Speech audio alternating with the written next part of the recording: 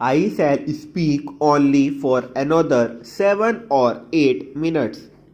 I had intended to speak both about the recruitment to the higher services and the policy of the government with regard to the purchase of the products of the cottage and small scale industries.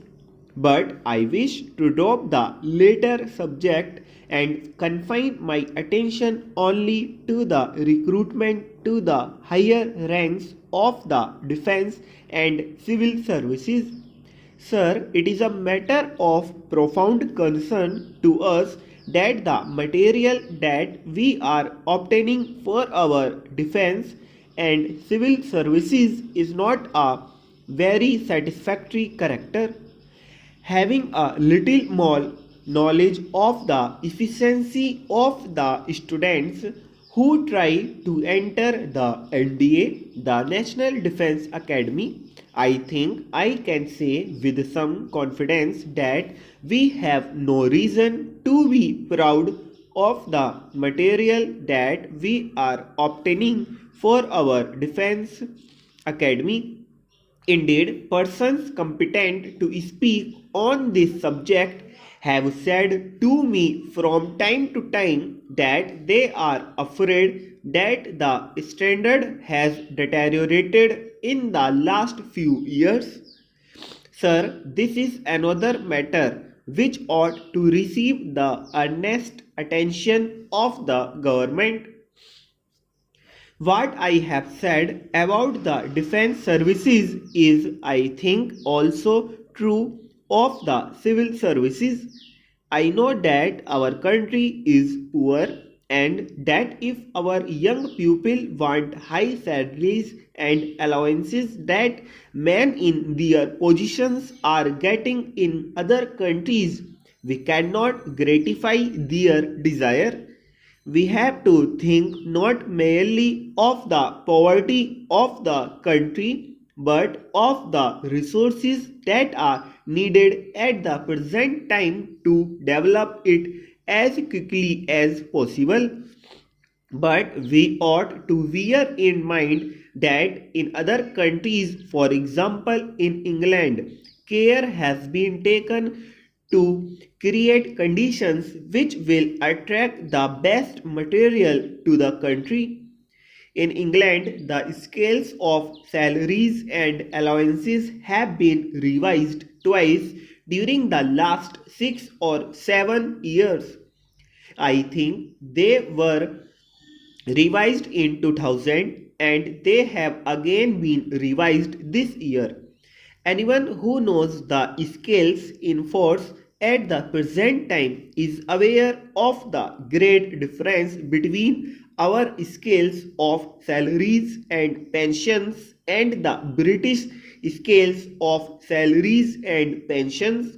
To mention only one matter, a captain gets a pension of £1,000 and in addition a gratuity of £2,000.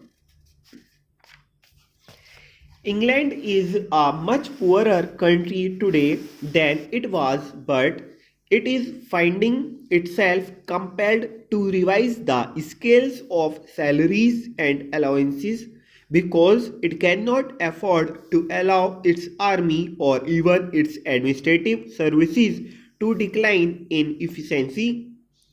I understand that some time ago, when the scales of salaries and allowances for the defense salaries were revised, the conditions of service in the higher civil services were also revised.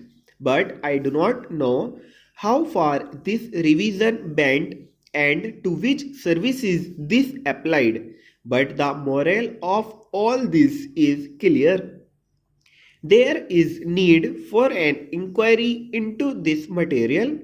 We should find out what is that is holding young men of high caliber back from joining our highest services. Do they want a higher salary? Do they want better allowances? Do they want better education for their children, or is it anything else? It is the comparatively young age at which officers of the defense services retire that deters them from joining the defense services, or is our system of education such as to prevent the country from having young men of the stamp that we require at the present time? Our National Defense Academy, there are 800 or 900 cadets. I have tried to find out how many of these cadets were sons of officers.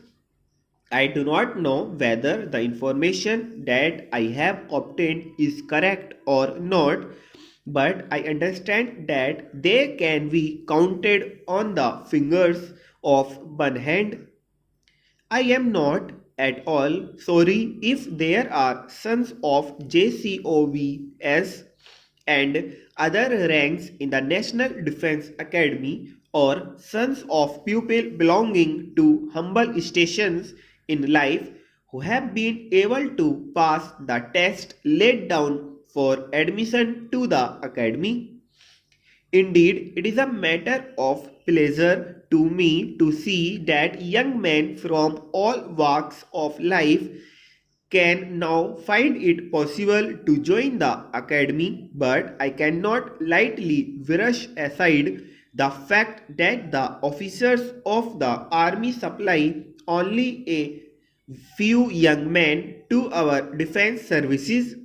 I do not know whether government have made any inquiry into this matter, but I understand that either the government or the chief of the army staff has had this matter investigated. If so, I think it will be of great advantage if a copy of the report that may have been submitted to the government or to the chief of the army staff is placed in the library of the house, or is at least supplied to all those members who are interested in the efficiency and proper development of the defense services. Stop.